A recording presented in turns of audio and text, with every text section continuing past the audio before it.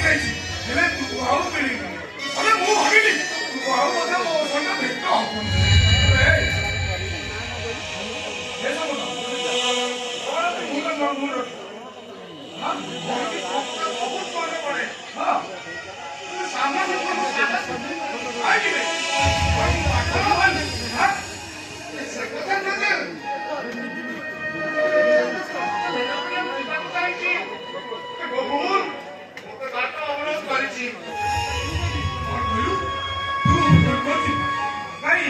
ସେମିତି କିଛି ଭୁଲ କଲୁ?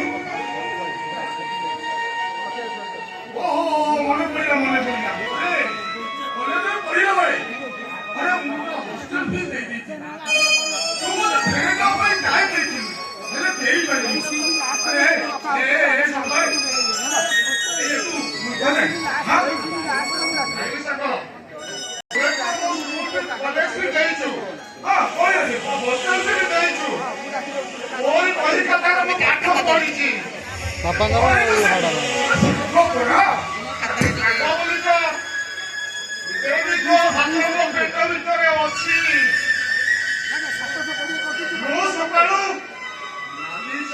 ଚାଉଳ ଭୁଜା ଖାଇ ତୁ କେମିତି ଜାଣିପାରୁଛୁ?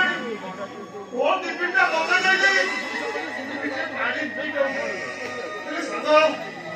ମତେ ବହୁତ ଦେଇଛୁ ହେଲେ ମୁଁ ଖାଲି ତତେ କଷ୍ଟ ଦେଇଛି। କଣ ତୁ କହିଛୁ? ତୁ କିଛି ଜାଣିପାରୁନି, କିଛି ବୁଝିପାରୁନି, କିଛି ଜାଣିପାରୁନି। ଜମା କରିବୁନି ତୁ ତାହେଲେ ମୋ ପରୀକ୍ଷା ନେବାକୁ ଚାହୁଁଛୁ? ହଉ ସେ ସମୟ ଆସୁ।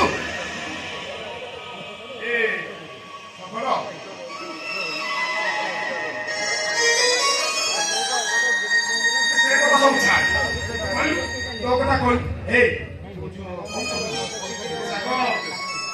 ଆରେ ମୁଁ ସମ୍ପୂର୍ଣ୍ଣ ଏକାରେ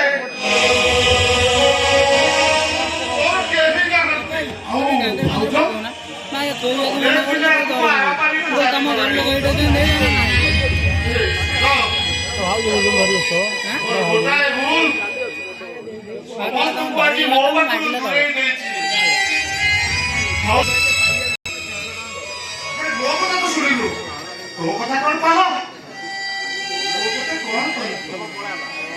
ବଡ କଥା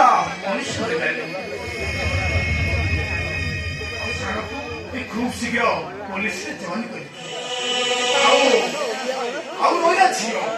ଆରେ ଝିଅ ବାହାରିବା ପାଇଁ ମୁଁ ଏଠିକି ପ୍ରସ୍ତାବ ନେଇ ଆସିଛି। ଆଉ କାହା କଥା ପଚାରିବି? ନାଇଁ ଆଉ କାହା କଥା ପଚାରିବାନି। ଆଚ୍ଛା ଶପଥ ଘର ସହିତ ଶପଥ କଣ? ସେମିତି କିଛି ନୁହେଁ, ଏଇ ଖାଲି ଜୟ ବାବୁଙ୍କ ସହ ପାଇଁ ମୁଁ ଏକ ପ୍ରକାର ଘର ମେମ୍ବର ହେଇଯାଇଛି। ତୁ ଅପେକ୍ଷା କର, ମୁଁ ଚା ପିଇଛି। ଏବେ ଚା ପିଇଛି କଣ ହେଇଗଲା? ଚାହା ପିଲେ ଆଉ କଣ ଚା ପିଇଦବୁ? 100 କପ୍ ଚା ପିଇଦବୁ।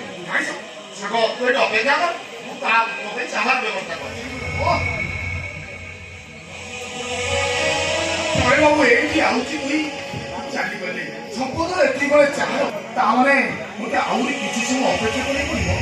ନାଇଁ, ଜୟ ବାବୁ ସହିତ କଥା ସରିଛି, ମୁଁ ଫୋନରେ ଜଣେଇବି।